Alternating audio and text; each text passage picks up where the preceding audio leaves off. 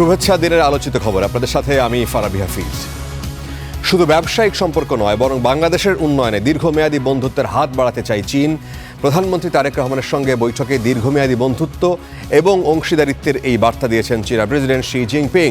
পাশাপাশি রোহিঙ্গা সমস্যা সমাধানে কার্যকর ভূমিকা রাখার আশ্বাসও দিয়েছে বেইজিং।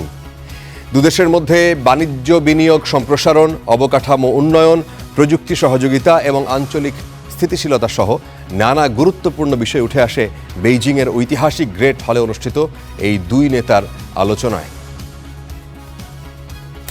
সাবেক পুলিশ প্রধান বেনজির আহমেদকে ফেরত পাঠানো নিয়ে সংযুক্ত আরব আমিরাত এখন পর্যন্ত কোনো উত্তর দেয়নি, জানিয়েছেন স্বরাষ্ট্রমন্ত্রী সালাউদ্দিন আহমদ। তবে ওসমান হাদি হত্যায় জড়িতদের ভারত থেকে দ্রুত দেশে ফিরিয়ে আনার ব্যাপারে বেশ আশাবাদী তিনি।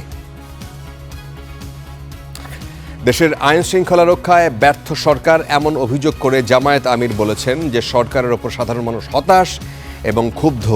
নতুন বাংলাদেশ বিনির্মাণে গণভোটের রায় বাস্তবায়ন ও রাষ্ট্র সংস্কার অনিবার্য বলেছেন তিনি।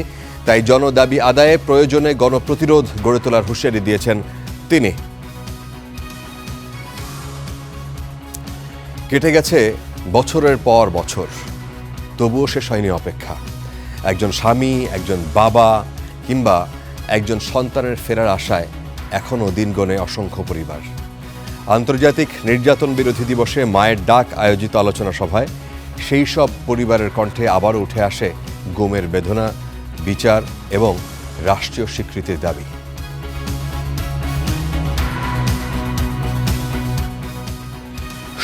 শোকের মাতম আর যথাযোগ্য ধর্মীয় বিশ্বাসে সারা দেশে পালিত হলো পবিত্র আশুরা।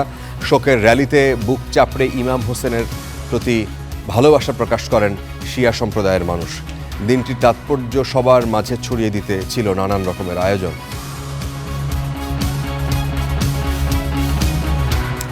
জোড়া ভূমিকম্পে মৃত্যুপুরীতে পরিণত হওয়া ভেনেজুয়েলায় বাড়ছে প্রাণহানি। এখন পর্যন্ত 235 জনের মৃত্যুর খবর নিশ্চিত করেছে সরকার।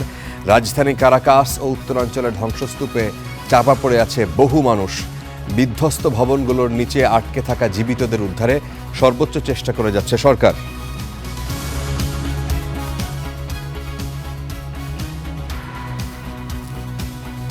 এই ছিল দিনের আলোচিত খবরে। সঙ্গে থাকার জন্য অনেক ধন্যবাদ।